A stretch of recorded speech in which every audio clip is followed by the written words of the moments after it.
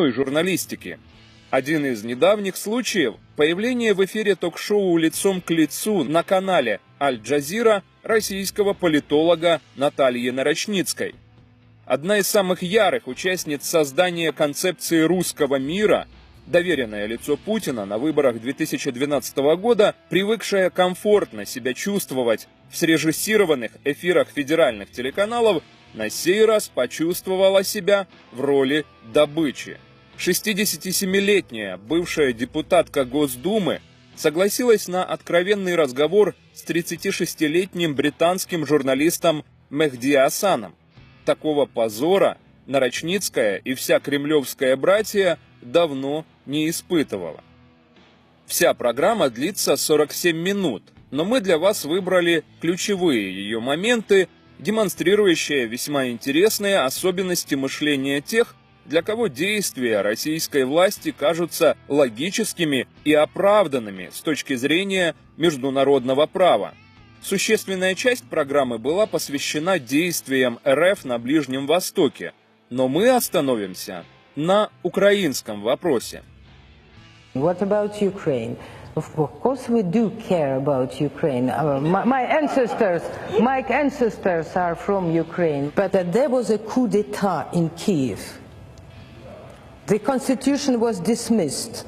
Even the mandate of president went to the Speaker of Parliament, whether under constitution it should go to the Prime Minister. The Constitutional Court was dismissed. Let's assume there was a coup d'etat. There's a division of opinion on that, of course, whether it was a coup or not. Crimea was taken by the Russians, annexed in violation of international law. Most lawyers would argue. Crimea the UN General Assembly. And, why do you think 100 countries at the UN condemned the annexation of Crimea? 100. Only 11 countries voted with Russia. Why do you think that is? Because it's politics. Politics 10 to 1. The 21st century. The politics in the 21st century. It's not because that the United Nations recognizes national borders and sovereignty and says you can't just change the borders of a country. You talked about common borders. The international law, let me just finish. Okay. The international law teaches now that self-determination right is observed, but the principle of territorial integrity prevails. That's true.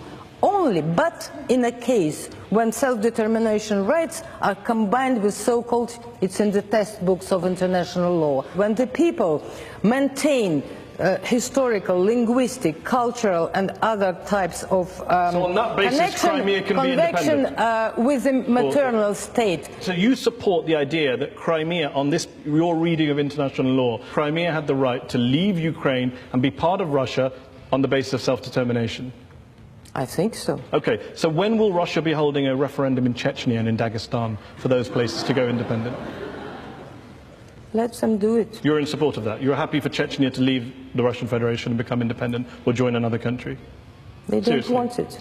They don't want it, but if they did, you support Chechen independence under a referendum in which the Chechens that voted yes? That depends always on how the people's will is expressed. If it's expressed by the bandits and gangsters and criminals. Because there were no bandits or gangsters in Crimea, were there? There were no men in masks. No, you just imagine those people But on if our there are screens. teachers, students, engineers, doctors voting calmly on their, expressing their free will, it's different. So don't make, Chechnya doesn't want to leave Russia. They now are flourishing more than any others. After you bombed them for several years and killed hundreds of thousands of people, I guess not. When Crimea was annexed by Russia, you said that for the first time in 20 years of political life, you felt happy. The West had pushed Russia into a corner, you said, and finally Russia has shown its red line. I'm just wondering, is the red line now fixed in place, or is it going to move geographically into other areas, perhaps in the region? That's it? Or are we going to see some more redrawing of borders in that area? Russia has proven through 25 years that it is ready and absolutely tolerating Ukraine's, floating this and that, under only one condition that was shown and obvious, that Ukraine doesn't enter NATO. Ukraine didn't enter NATO.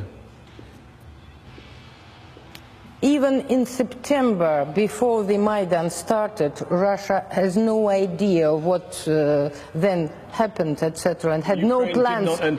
Ukraine did not enter NATO. It's the West who refused, who wanted to create from Ukraine a battlefield between East and West, and it's Americans. You don't want Ukraine Russia, to join NATO. in cooperation with Ukraine, is still a superpower, but without Ukraine, Ukraine as enemy, is no more superpower. Can I give some friendly advice to the Russian government via you?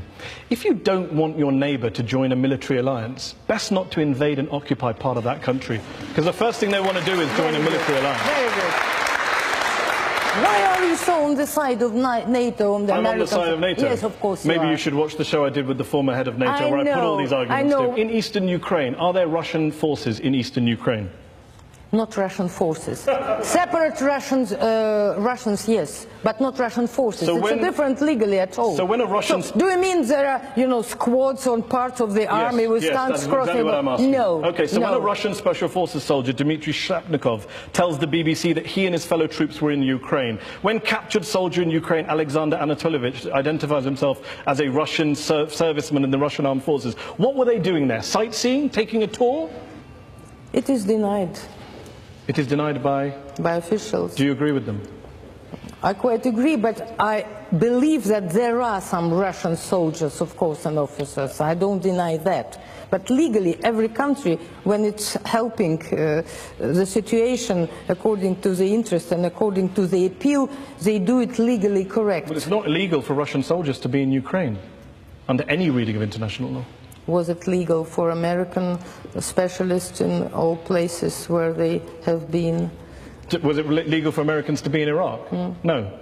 Okay, good. Back to the question. Was it illegal? Is it legal for Russian forces to be in Ukraine? There are no forces.